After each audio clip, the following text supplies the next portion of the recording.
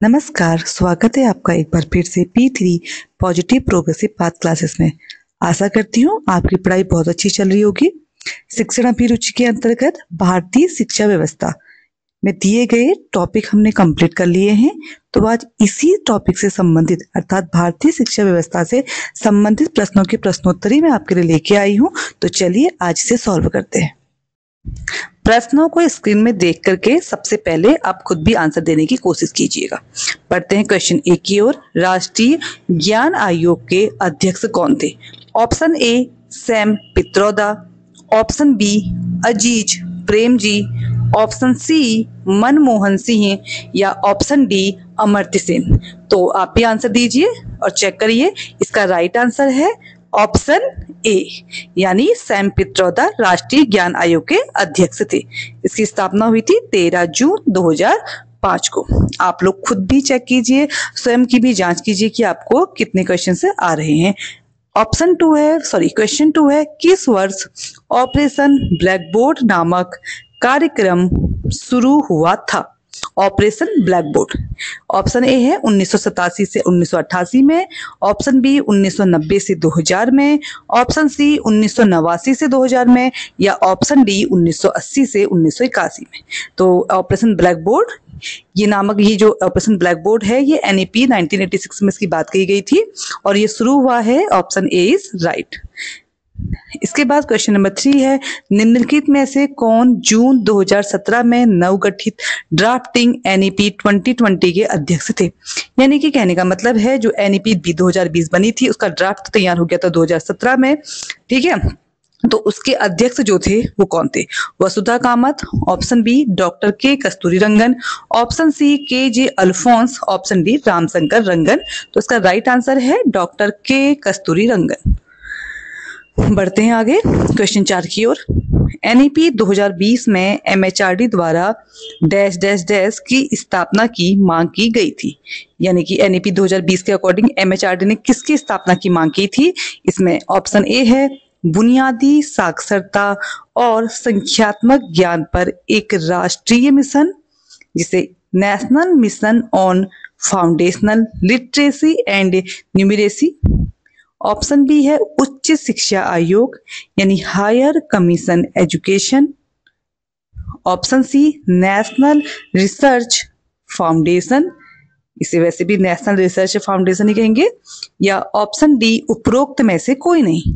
तो MHRD ने किसकी स्थापना की मांग की थी? Option C national research foundation. आप लोग भी चेक कीजिएगा और लास्ट में मुझे बताइएगा कि आपने कितने क्वेश्चन के आंसर सही दिए। ठीक है, बढ़ते हैं आगे क्वेश्चन नंबर 5 की ओर। जिला प्राथमिक शिक्षा कार्यक्रम DPEP इनकी डिस्ट्रिक्ट प्राइमरी एजुकेशनल प्रोग्राम शुरू किया गया।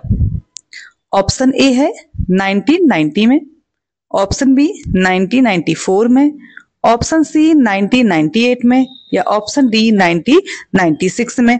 तो उसका जो राइट आंसर है वो है 1994 में DPEP शुरू किया गया। क्वेश्चन 6 है, शिक्षा किसके अंतर्गत आती है? ये इसके नहीं है, इसे सही कर लीजिएगा, किसके अंतर्गत आती है? ठीक है, इसमें ऑप्शन है समवर्ती सूची के अंतर्गत, या ये हमारा कोई मौलिक अधिकार है, मौलिक अधिकार के अंतर्गत, ऑप्शन सी भारत का संविधान यानी कि भारत के संविधान के अंतर्गत, या ऑप्शन डी राज्य सूची के अंतर्गत। तो शिक्षा जो है वो समवर्ती सूची का विषय है, या आता आपके पास से समवर्ती सूची के अंतर्गत। अब देखते हैं क्वेश्चन नंबर 7। इसमें है विश्वविद्यालय अनुदान आयोग की स्थापना किस वर्ष हुई थी? विश्वविद्यालय अनुदान आयोग यानी UGC। Option A 1940, option B 1944, option C 1953 या ऑप्शन डी 1960। तो राइट आंसर है ऑप्शन सी 1953। क्वेश्चन नंबर 8 है, राधा कृष्ण आयोग के अनुसार उच्च शिक्षा का उद्देश्य है। राधा कृष्ण आयोग की स्थापना कब हुई थी, आप कमेंट करके बताइएगा। ऑप्शन ए, लोकतांत्रिक मूल्यों, शांति और स्वभाव का विकास करना। ऑप्शन बी, ऐसे महान व्यक्तियों का विकास करना जो राजनीति, प्रशासन, उद्योग और वाणिज्य में अपना योगदान दे सके। ऑप्शन सी, ए और बी दोनों। ऑप्शन डी, इनमें से कोई नहीं। तो राधा कृष्ण आयोग के उद्देश्य थे हमारे पास से ऑप्शन ए और ऑप्शन बी दोनों ही है, यानी कि यहाँ पर आपके पास से ऑप्शन सी सही है, जिसमें ए और बी दोनों है। बढ़ते हैं आगे क्वेश्चन नंबर 9 की ओर। डाइट्स यानी कि DIETS की स्थापना निम्नलिखित में से एक सिफारिश का परिणाम थी। तो बताना है डाइट की जो स्थापना है वो किसकी सिफारिश के अकॉर्डिंग हुई है। ठीक है, भारतीय शिक्षा आयोग 8082, विश्वविद्यालय शिक्षा आयोग 1948-49, माध्यमिक शिक्षा आयोग 1952-53 या राष्ट्रीय शिक्षा नीति 1986। तो जो इसका राइट आंसर है वो है ऑप्शन डी, राष्ट्रीय शिक्षा नीति 1986 के द्वारा डाइट की स्थापना की गई है। तो जो सिफारिश की थी वो की है राष्ट्रीय शिक्षा नीति यानी कि NEP 1986 ने। बढ़ते हैं क्वेश्चन नंबर 10 की ओर। भारतीय संविधान का कौन सा अनुच्छेद यानी कि आर्टिकल 6 वर्ष से कम आयु के बच्चों के लिए प्रारंभिक बाल्यावस्था, देखभाल और शिक्षा का प्रावधान करता है? 6 वर्ष से कम आयु के बच्चों के लिए, थोड़ा सा क्वेश्चन को ध्यान से देखिएगा। तो ऑप्शन ए है अनुच्छेद 45, ऑप्शन बी अनुच्छेद 21, ऑप्शन सी अनुच्छेद 51 या ऑप्शन डी हमारे पास है अनुच्छेद 35। तो सॉरी, अनुच्छेद 350। तो इसका आंसर है ऑप्शन ए अनुच्छेद 45। इसके बाद नेक्स्ट क्वेश्चन है SCERT का नेतृत्व आमतौर पर निम्नलिखित द्वारा किया जाता है। ठीक है, SCERT जैसे NCERT होती है आपके पास से, वैसी सब स्टेट में क्या है SCERT होती है। ठीक है, निदेशक, प्रधानाचार्य, ऑप्शन सी है अध्यक्ष और ऑप्शन डी है हमारे पास है सचिव। तो जो SCERT या NCERT का जो हमारे पास से नेतृत्व करता है उसे निदेशक बोला जाता है। तो आंसर, राइट आंसर है ऑप्शन ए, निदेशक। बढ़ते हैं अगले क्वेश्चन की ओर। राष्ट्रीय शैक्षिक योजना एवं प्रशासन विश्वविद्यालय यानी कि न्यूपा NUEPA का जन्म किससे जुड़ा है? संयुक्त राष्ट्र संघ से, ऑप्शन बी यूनेस्को से, ऑप्शन सी यूनिसेफ से या ऑप्शन डी अंतरराष्ट्रीय मुद्रा कोष से। राष्ट्रीय शैक्षिक योजना एवं प्रशासन विश्वविद्यालय ये जुड़ा है ऑप्शन बी यानी कि यूनेस्को से। आगे देखते हैं क्वेश्चन नंबर 13। राज्य विश्वविद्यालयों के मामले में कुलाधिपति हैं। ठीक है, राज्य विश्वविद्यालयों के मामले में कुलाधिपति हैं। राज्य विश्वविद्यालय यानी कि स्टेट यूनिवर्सिटी जो है, भारत के राष्ट्रपति, भारत के प्रधानमंत्री या किसी राज्य का राज्यपाल या किसी राज्य का मुख्यमंत्री। तो जो राज्य विश्वविद्यालय है उनके जो कुलाधिपति हैं वो उस राज्य का राज्यपाल होता है। तो ऑप्शन नंबर सी हमारे पास से सही है। आप लोग कोशिश कीजिएगा क्वेश्चन को पहले खुद से करने की। बढ़ते हैं आगे क्वेश्चन नंबर 14। राष्ट्रीय ज्ञान आयोग यानी कि हमारे पास से NKC, नेशनल एजुकेशन कमीशन, इससे रिलेटेड एक क्वेश्चन हमने पहले भी पढ़ा था, एक दोबारा आ गया है। राष्ट्रीय ज्ञान आयोग का गठन कब किया था? ये कब किया गया था? तो आपको याद होगा इससे पहले हमने सबसे पहले क्वेश्चन में देखा था कि राष्ट्रीय ज्ञान आयोग के अध्यक्ष कौन है। उस समय भी मैंने आप लोग को इसका आंसर बता दिया था। तो आप लोग कमेंट करके बताइए कि इसका आंसर क्या है। ऑप्शन ए 13 जून 2005, ऑप्शन बी 15 जून 2005, ऑप्शन सी 2 अक्टूबर 2005 या ऑप्शन डी 2 अक्टूबर 2008।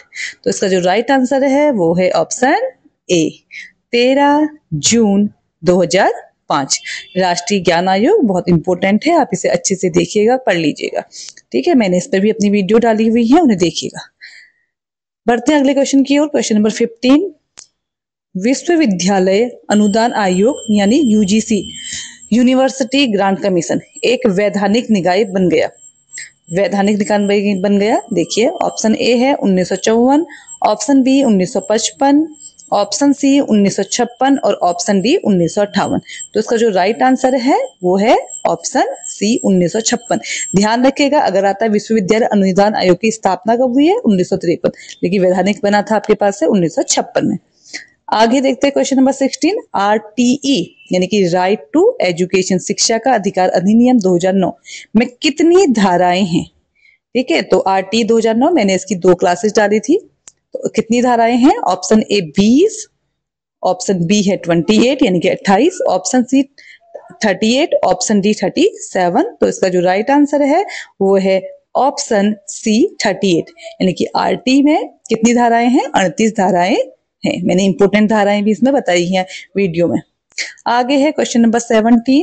यदि किसी स्कूल की एसएमसी में 16 सदस्य हैं तो एसएमसी में महिला सदस्यों की संख्या होगी। सबसे पहले तो आप मुझे एसएमसी की जो फुल फॉर्म है वो क्या है आप कमेंट करके बताएंगे। ठीक है, तो महिला सदस्य कितने होंगे इसमें? Option A 4, option A 8, option C 12, option D 10।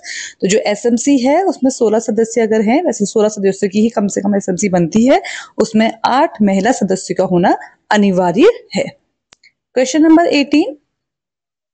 RTE के अनुसार, आरटीई से रिलेटेड एक क्वेश्चन और आ गया है। आरटी यानी कि राइट टू एजुकेशन के अनुसार कौन सा कथन सही है?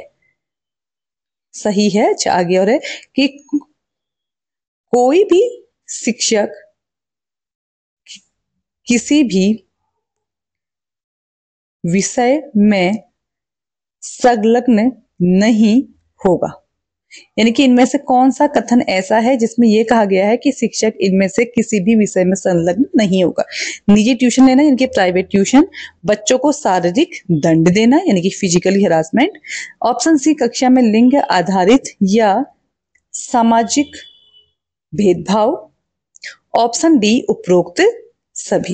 यानी कि शिक्षक किसी भी विषय में संलग्न नहीं होगा, तो इसका राइट आंसर है ऑप्शन डी, यानी कि वो निजी ट्यूशन भी नहीं लेगा, बच्चों को शारीरिक दंड भी नहीं देगा और कक्षा में लिंग आधारित या सामाजिक भेदभाव नहीं करेगा। तो कौन सा कथन सही है? ये सारे ही कथन सही हैं, ये सब आरटी में बोले गए हैं।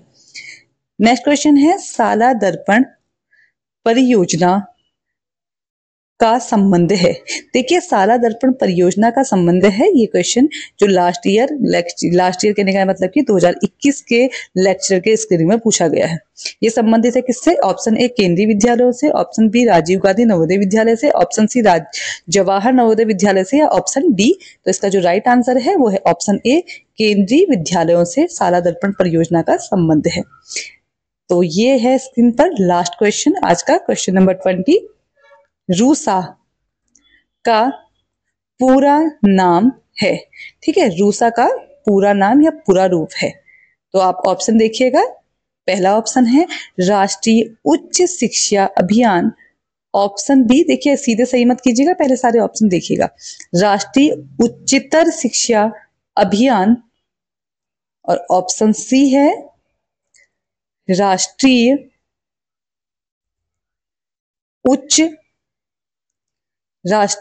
उच्चतम शिक्षा अभियान। देखो थोड़ा सा नाम अलग है।